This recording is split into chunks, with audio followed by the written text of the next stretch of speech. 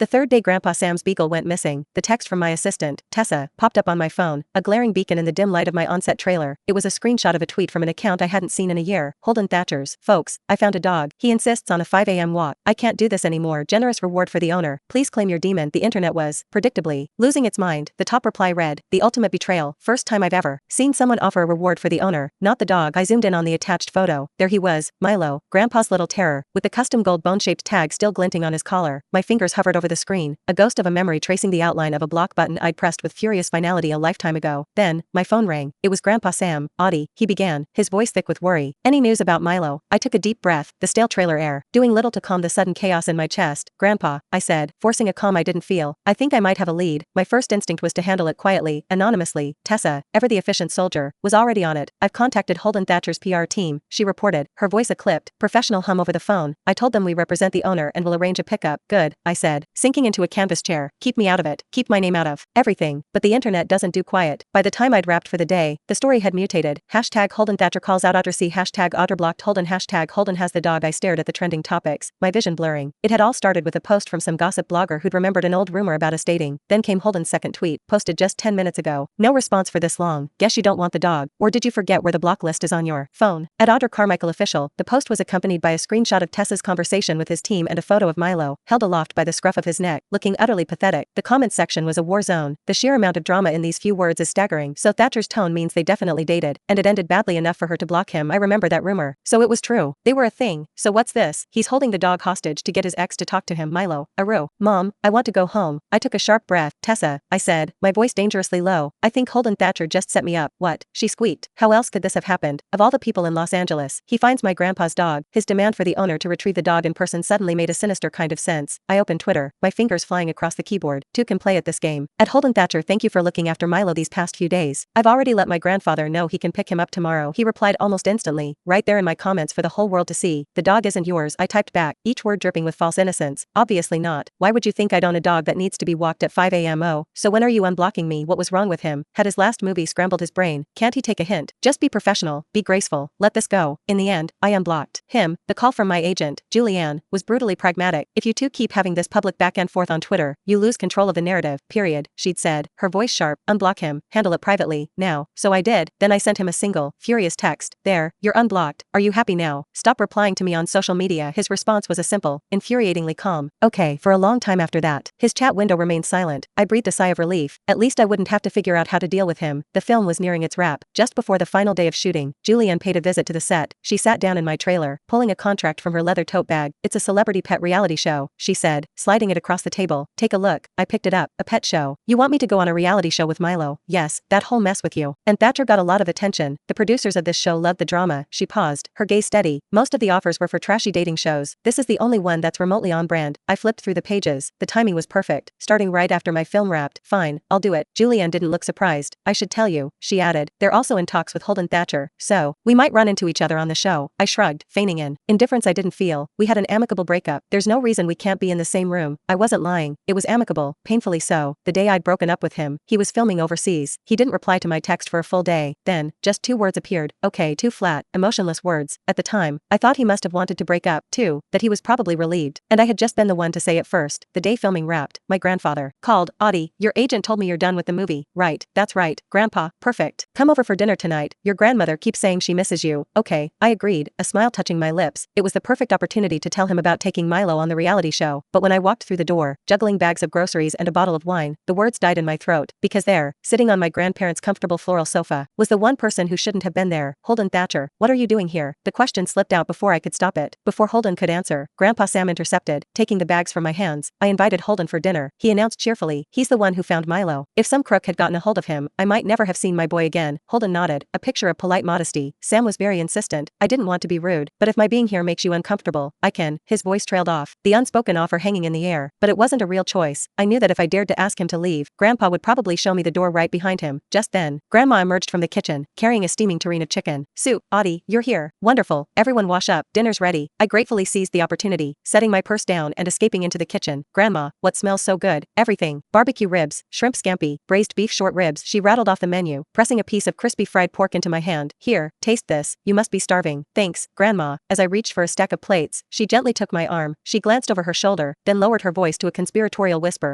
"Audie, honey, your grandpa and I did some asking around. That young man, Holden, he's single." I froze. "He's handsome, and he was so patient with a handful like Milo. That says a lot about his character." Her eyes twinkled. "And you both do the same thing for a living. You have so much in common. You're at that age. You know, maybe you should think about getting to know him again." I started coughing, choking on the piece of pork. So that's why Grandma had suddenly missed me so much. This wasn't a thank you dinner. It was a blind date with my ex-boyfriend of 1 year. After I finally caught my breath, I managed to ask, Does Holden know what you two are planning?" Grandma shook her head. "No, of course not. We just told him it was a simple thank you dinner." I breathed a sigh of relief, but before I could say more, Holden stepped into the kitchen. He was dressed down today, in a simple white hoodie and black cargo pants. As he rolled up his sleeves to help, I saw it, a flash of braided leather on his right wrist. My gaze darted away as it burned. Holden wasn't a sentimental person, so why was he still wearing it? It wasn't anything expensive, just a simple braided leather bracelet I'd bought for him on a whim at a music festival years ago, when we were still new and giddy and inseparable. "You have to wear this for good luck," I'd insisted, tying it around his wrist myself. "Don't you dare take it off." Suddenly, the memory shattered. Audie, Grandma's voice pulled me back.